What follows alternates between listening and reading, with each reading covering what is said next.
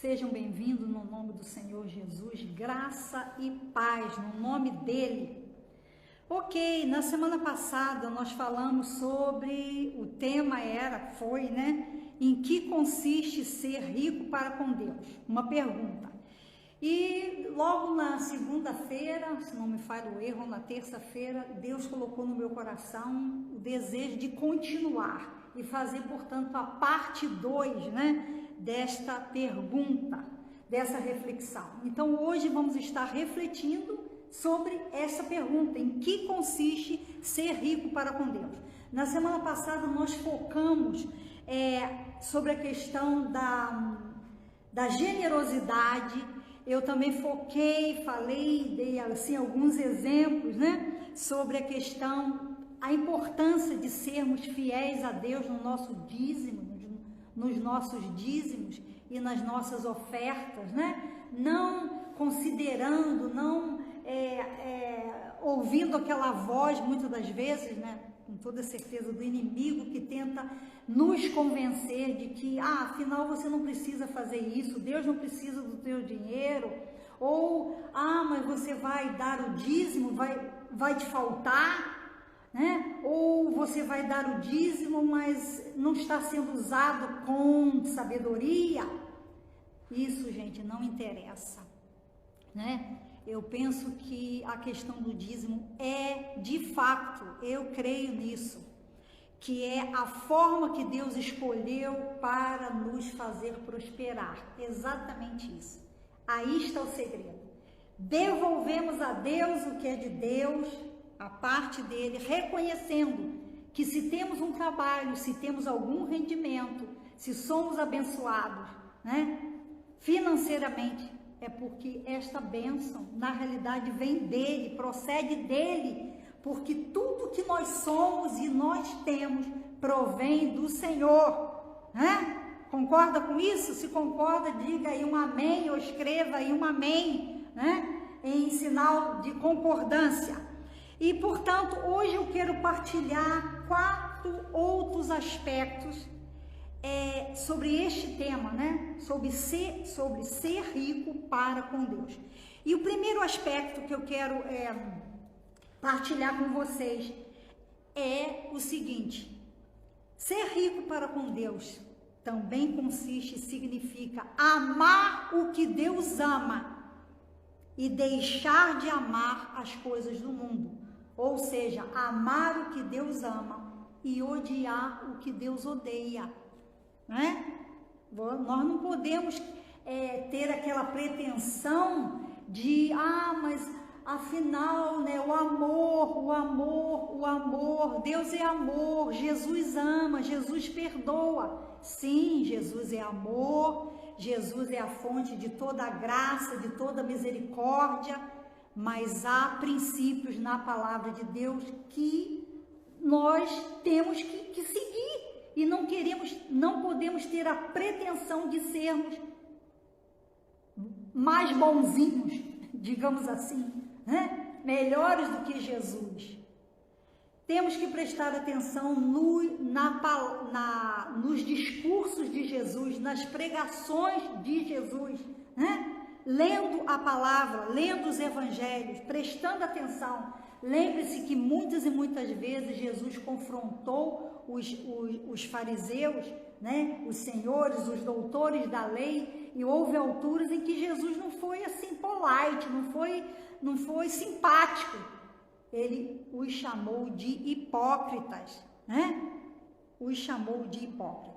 Ok, vamos aqui, não quero fugir do tema, mas lá em Mateus 6:21, Jesus diz assim: onde estiver o teu tesouro, ali estará o teu coração, Então, aquilo que você ama, que nós amamos, nós colocamos o quê? É o nosso coração que está ali, O nosso amor, a nossa afeição. E ele diz, onde estiver o teu tesouro, ali vai estar o teu coração, Ali vai estar o teu coração.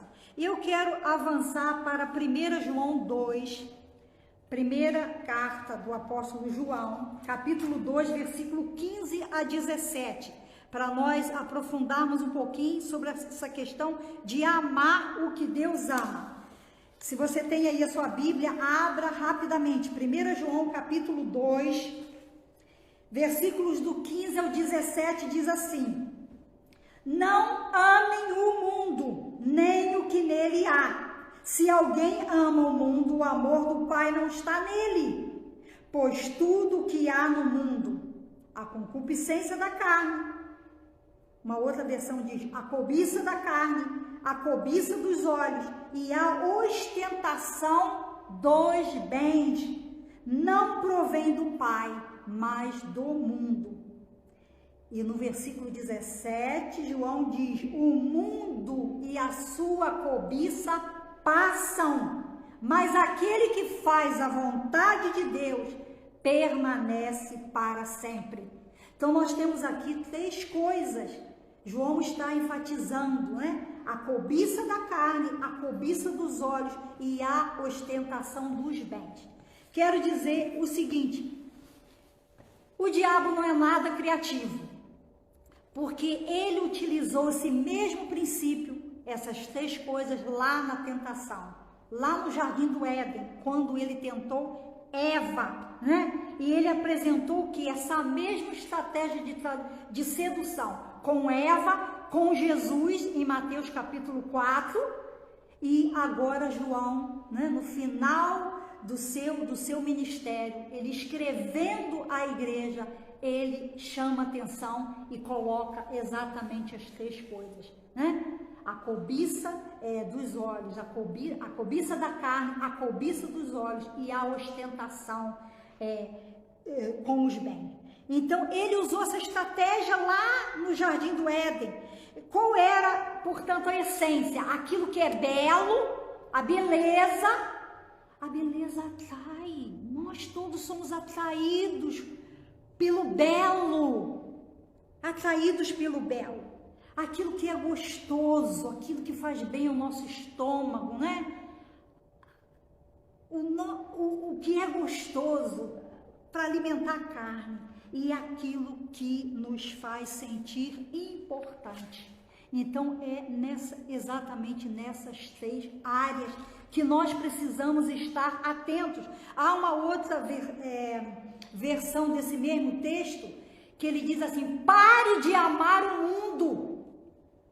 Pare de amar o mundo. Nós estamos no mundo.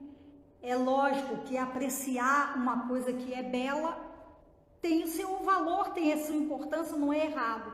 Mas até que ponto nós nos deixamos guiar e seduzir meramente pelo belo? Meramente por aquilo que vai satisfazer a nossa carne? Ou no terceiro aspecto, né? Se nos deixarmos seduzir por aquilo que nos faz sentir importantes lá em cima. Então precisamos estar atentos com isso. A cobiça dos olhos, a cobiça da carne, a soberba da vida. É o que diz lá o texto em João. As pequenas coisas, meus amados, podem e fazem uma grande diferença nas nossas vidas, né? Esses dias eu terminei de fazer um cursozinho rápido pela internet, explicando, né, a relação entre o intestino e o cérebro, né? E o objetivo é avaliar o quanto aquilo que nós comemos pode afetar a nossa maneira de pensar e até mesmo as nossas emoções, o nosso humor, né? E aí a gente vê o seguinte, que aquilo que nós comemos vai ter um grande efeito no nosso intestino, na flora intestinal, né? E até mesmo naquelas bactérias que serão importantes para a nossa saúde, tanto física como mental. Então, um dos textos, né, uma das pesquisas, ressaltava exatamente isso, né? A questão, e vamos imaginar, dentro do nosso intestino, são partículas minúsculas, né? As bactérias. tanto as boas bactérias como as más bactérias, são minúsculas, mas elas fazem um grande efeito, fazem a diferença no nosso organismo. Então, aquelas pequenas concessões que nós vamos fazendo nas nossas vidas, as pequenas escolhas, quando nós as fazemos ou quando nós deixamos de fazer ou deixamos de tomar decisões, porque em si já estamos tomando. Se deixamos de agir, já é uma forma de agir. O não agir já é uma maneira de agir, né? Quantas e quantas situações, por vezes, você prefere ficar em cima do muro e não dizer nada, quando você deveria abrir a sua boca e dizer, tomar posição. Então, nós estamos vivendo dias difíceis. E esse é um dos aspectos que faz de nós pessoas ricas para com Deus. E é o segundo aspecto que eu quero aqui trazer. Ser rico para com Deus, sendo firmes nas suas convicções. Sabe por quê? Porque a perseguição virá. Essa é a realidade. Virá uma perseguição. O cristianismo fácil está aí. A porta larga nunca foi tão larga. Nunca foi tão larga. E aquela teologia, né, pop, a igreja pop, os profetas do Pix, né? Estamos aí vendo, acompanhando tudo isso. A igreja inclusiva, o mais importante é que você se sinta bem, né? O mais importante é que você se sinta amado e que você faça aquilo que você deseja, né? E aí tudo fica bem quando você está bem. Se você estiver bem, tudo está bem, né?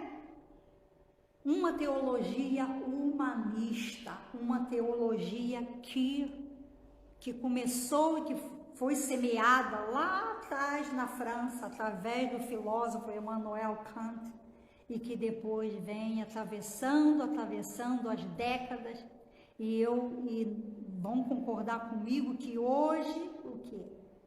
Algo que começou pequeno, agora já está enorme, e tenta o quê? Suplantar a verdade, né? A palavra de Deus, inspirada pelo Espírito Santo de Deus, o Evangelho que pode trazer salvação, que é o único meio de salvação, né? E nós já temos visto aí coisas horríveis, tantas e tantas afrontas. Não quero entrar muito nesses detalhes, né? Mas há necessidade de permanecermos firmes naquilo que nós cremos, né? Lá em Deuteronômio 5, 32 a 33 está escrito assim: por isso tenham cuidado de fazer tudo o que o Senhor, o seu Deus, lhes ordenou.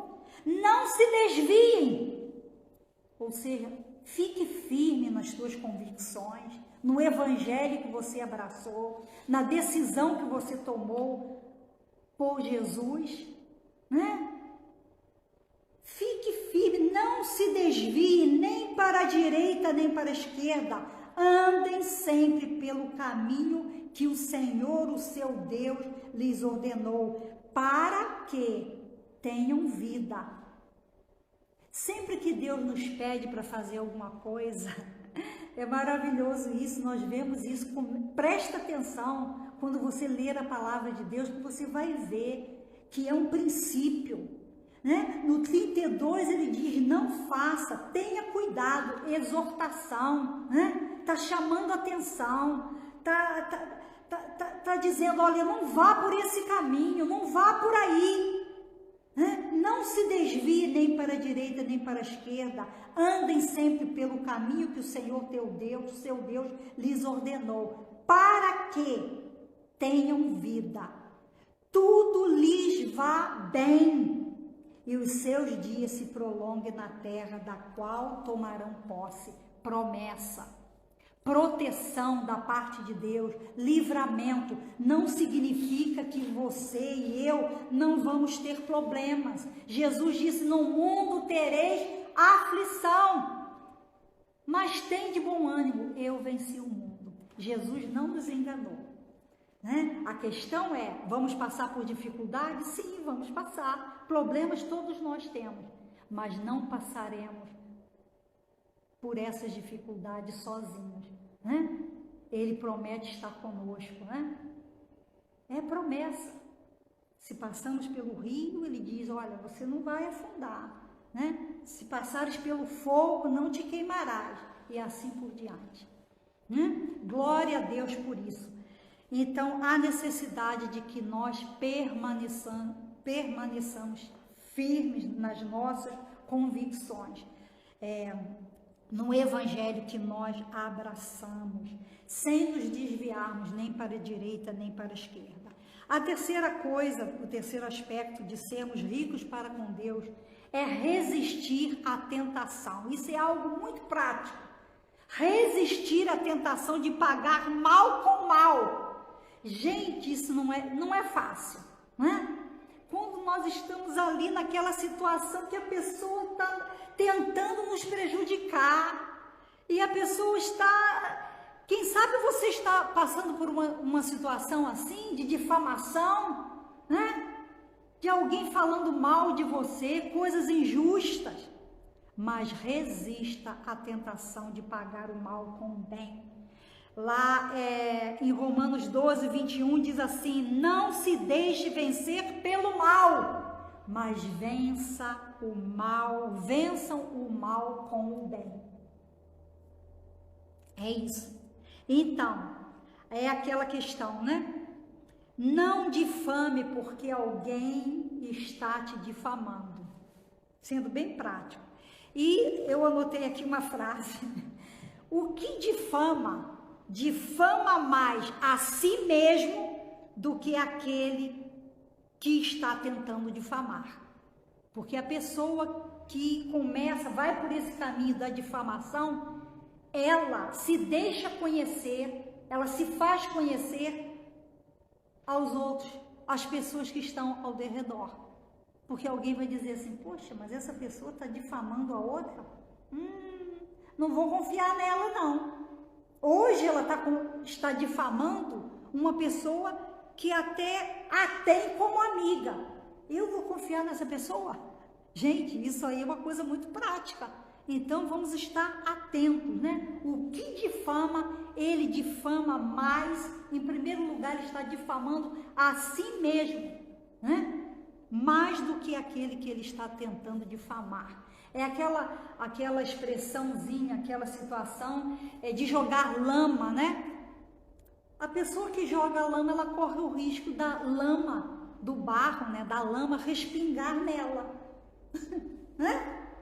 Pense nisso, vamos estar atentos. Então, o que a palavra de Deus nos ensina, vamos resistir à tentação de pagar o mal com o mal, né? Mas vamos fazer isso no sentido positivo. Não nos deixemos vencer pelo mal, mas vamos pagar o mal com o bem, né?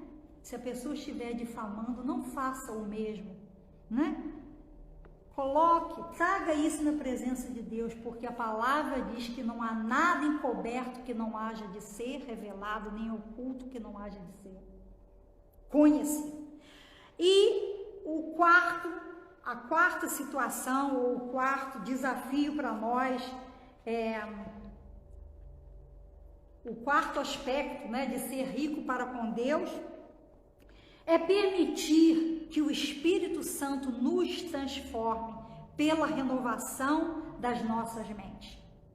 As nossas mentes precisam ser renovadas dia a dia. Sabe por quê? Porque dia a dia o inimigo está lançando lixo nas nossas mentes. De que maneira? Através dos órgãos, os nossos órgãos dos sentidos, né? Através daquilo que nós vemos, através daquilo que nós ouvimos, né? Através de N situações ao nosso derredor, né? Então, as nossas mentes estão sendo bombardeadas. Se estamos ali com o nosso celular, né? Estamos vendo coisas que são agradáveis e que são boas, mas de repente entra ali uma porção de coisa que não tem nada a ver e que vai trazer o que? Contaminação para nossas mentes, né? Então a palavra de Deus diz que nós não podemos nos conformar com este mundo, mas devemos ser transformados pela renovação da nossa mente. E aqui nesse texto tem também um para quê.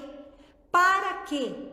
Para que experimenteis qual seja a boa, agradável e perfeita vontade de Deus. Então, como é que a nossa mente vai ser renovada?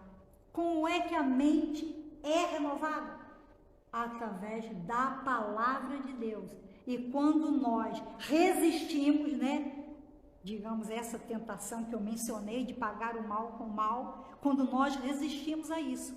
E outras coisas mais, quando nós tomamos posição diante da verdade, diante daquilo que é justo, diante daquilo que é agradável a Deus. Gente, aí sim estaremos sendo ricos para com Deus, ricos para com Ele. Quando nós deixamos de amar o mundo, né, e não colocamos o nosso coração, o nosso tesouro não pode estar aqui, nessas coisas do mundo. Né?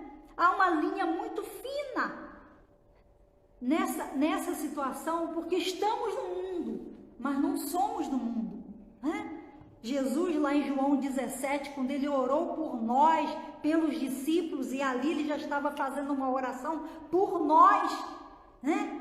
Que seríamos seus discípulos, que somos seus discípulos, e ainda era uma oração profética, né?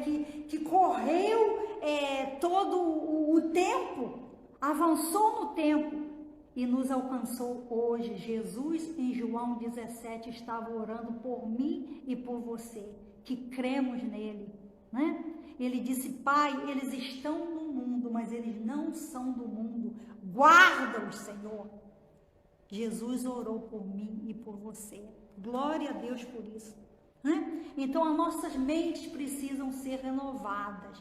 Né? Nós vemos lá em Mateus 4, quando Jesus resistiu, né, à tentação do diabo, de Satanás, ele usou o quê? A palavra de Deus. Ele respondeu com a palavra. Um outro aspecto dessa situação é que nós vemos que o diabo conhece a palavra. E para nossa vergonha, conhece mais do que muitos de nós. Por quê? Porque ele é espírito, né? Ele é um ser espiritual. Né? Então, ele já está operando neste mundo, desde o princípio, desde muito tempo atrás. Né? Então, ele conhece a palavra. Eu e você, nós precisamos conhecer a palavra. E quando o inimigo vem com tudo para nos jogar abaixo, para nos desanimar, para tentar nos fazer olhar para trás e pensar que não vale a pena. Ah, eu vou desistir. Senhor, está muito difícil a minha caminhada. Está muito difícil continuar nesse casamento. Talvez seja essa a sua situação. Senhor, está muito difícil educar os meus filhos. Tantas e tantas coisas que pode parecer muito difícil, né?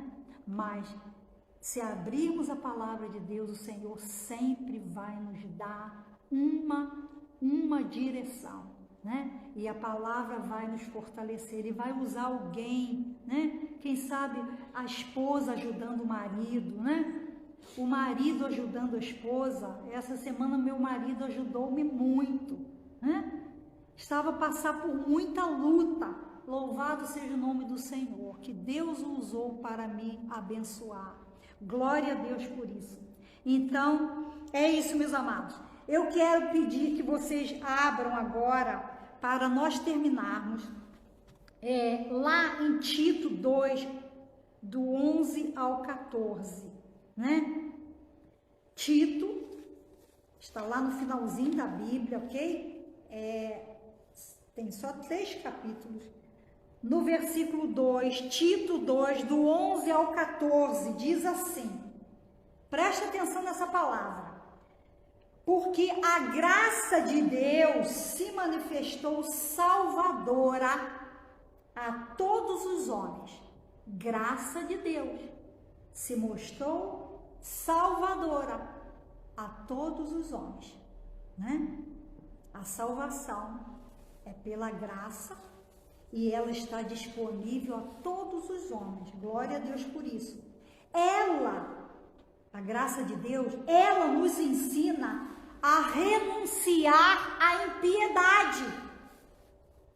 Pare de amar o mundo, né? Lemos lá em 1 João capítulo 2, do 15 ao 17. E agora Tito, né? Ela, a graça de Deus, nos ensina a renunciar à impiedade e às paixões mundanas e a viver de maneira sensata. Estão lembrados que na semana passada Jesus contou quando aqueles dois irmãos chegaram no meio ali da multidão e um disse: Senhor, mestre, mande que o meu irmão divida comigo a herança. Ora, de certeza que aquele irmão já tinha recebido a sua parte, mas ele queria que o outro desse mais algum para ele, porque dentro do judaísmo nós sabemos que o filho primogênito ganha uma parcela maior, e aquele cheio de ganância, Jesus logo colocou o dedo na ferida, disse: olha, não sejam gananciosos. E aí Jesus contou a parábola, né, do homem que teve uma colheita esplêndida, né, a terra produziu muito, e ele então, qual foi o pensamento? Eu vou derrubar os meus celeiros, vou fazer celeiros maiores e vou enchê-los e vou guardar tudo que eu tenho e vou dizer para a minha alma: ó alma, coma, beba e relaxe, né? Porque tens muito. Mas Jesus diz: olha, insensato. Então, gente, o que é ganancioso é insensato. Jesus disse: insensato, porque hoje pedirão a tua alma. E tudo isso que você tem guardado, para quem você vai deixar? Falei isso na semana passada. Muitas das vezes as pessoas dão toda a sua vida para juntar e vão deixar até para familiares, que depois vai gerar brigas entre eles, ou para familiares, filhos e outros parentes que não precisam. Olha, não quero sair do assunto. E ele diz: a viver de maneira sensata, justa e piedosa nesta era presente, enquanto aguardamos a bendita esperança. Enquanto aguardamos a bendita esperança, a gloriosa manifestação de nosso grande Deus e Salvador, Jesus Cristo. Aleluia! Ele está voltando. O Rei está voltando. E é por isso que nós precisamos ficar firmes, precisamos parar de amar o mundo, nós precisamos resistir às tentações e nós precisamos ser transformados pela renovação das nossas mentes. Por quê? Porque enquanto nós estamos aguardando a bendita esperança e gloriosa manifestação de quem? Do nosso Senhor e Salvador Jesus Cristo. Ele está voltando. E agora aqui no versículo 14, ele diz assim: ele se entregou por todos. Ele se entregou por nós todos, né? A fim de nos remir de toda maldade. De toda maldade. E purificar para si mesmo um povo particularmente seu, dedicado à prática de boas obras. Então, é isso. Deus nos tem chamado, nos tem colocado diante de nós essa graça salvadora.